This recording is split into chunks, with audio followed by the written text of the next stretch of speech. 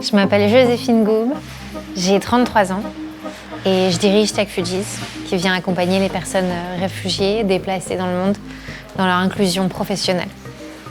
J'arrive généralement autour de 9h, 9h30 à Raise Lab. Quand j'ai le temps, je vais prendre un café, tout simplement, pour bien commencer la journée et me réveiller. Et puis, très vite, je vais rejoindre nos bureaux au 4e avec toute l'équipe. On s'est lancé en 2015, lorsque beaucoup d'Européens ont été émus par les personnes qui sont arrivées en Europe à nos frontières. Et à ce moment-là, on a pris une communauté de personnes qui créent des nouvelles technologies pour voir comment on pouvait leur venir en aide. Et on a créé un mouvement de bénévoles qui pensaient innovation et qui pensaient comment on utilise un téléphone mobile pour trouver accès à de l'information, à l'éducation et puis retrouver un emploi. Ce matin, on a rendez-vous avec Sillage pour nous aider à structurer une équipe qui grandit et surtout à que tout le monde s'approprie la mission, la vision de notre organisation. Et ils vont nous accompagner dans une retraite où on va rassembler toutes les personnes qui sont en France, en Italie et en Grèce dans un mois. Et ils vont nous accompagner sur 6 mois. Donc, je m'appelle Chérine, je suis responsable des opérations. La première fois que j'ai rencontré Joséphine, j'étais une fellow dans ce programme Tea for Women, donc je suis réfugiée syrienne. Je ne savais pas qu'après 1 an, Joséphine sera ma boss. Alors Chérine, elle est un peu unique parce que, bon, certes, elle est réfugiée, mais elle est surtout une ancienne fellow, c'est-à-dire une fille qui a bénéficié du programme qu'on a monté. Et ça, c'est assez unique dans la position dans laquelle elle est, puisque c'est celle qui va gérer les programmes et leur développement dans les autres pays. Et elle en a eu l'expérience, donc elle a une compréhension fine de ce qu'on cherche à faire et de ce qu'on peut faire. Aujourd'hui, c'est la première session en présentiel du fellowship. Les fellows, elles ne se connaissent pas encore beaucoup et elles vont vraiment se rencontrer en réel, dans la 3D. Je ne peux pas vous le cacher, je suis très très contente d'être là, de voir certaines d'entre vous que je revois, etc.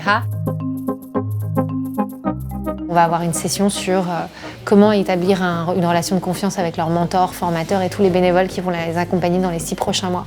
C'est un programme phare, c'est un programme pilier. Il se décline en 2 programmes, Pathway, Fellowship, mais c'est un tout où il y a mentorat, formation et networking. Ça dure 6 mois.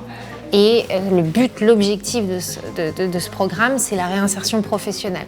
On est à un taux qui est de 70% à peu près sur la réinsertion à la fin du programme. Pour nous, il est essentiel que dans les premiers instants, on instaure une confiance et un endroit qu'on appelle en anglais « safe space ».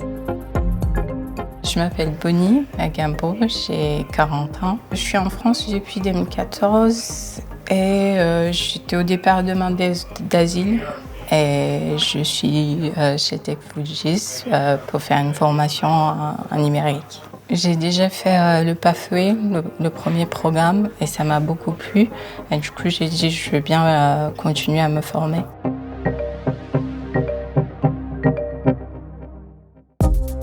Aujourd'hui, j'ai un café avec Sista. J'en ai assez souvent. Sista, c'est une association qui aide les femmes entrepreneurs, qui les met en lien aussi avec des investisseurs. Déborah, ça a été une très belle rencontre. Donc on a souvent des discussions sur comment elle gère elle-même personnellement en tant qu'entrepreneur et aussi sur très concrètement l'opérationnel.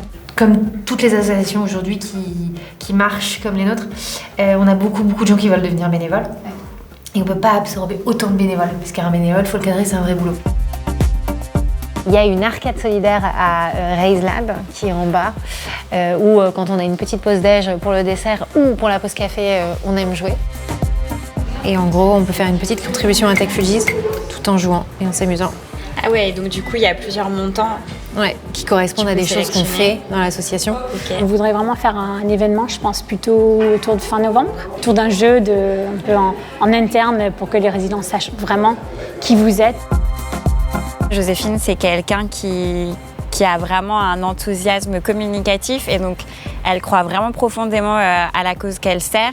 Et elle ose de prendre des chemins normaux.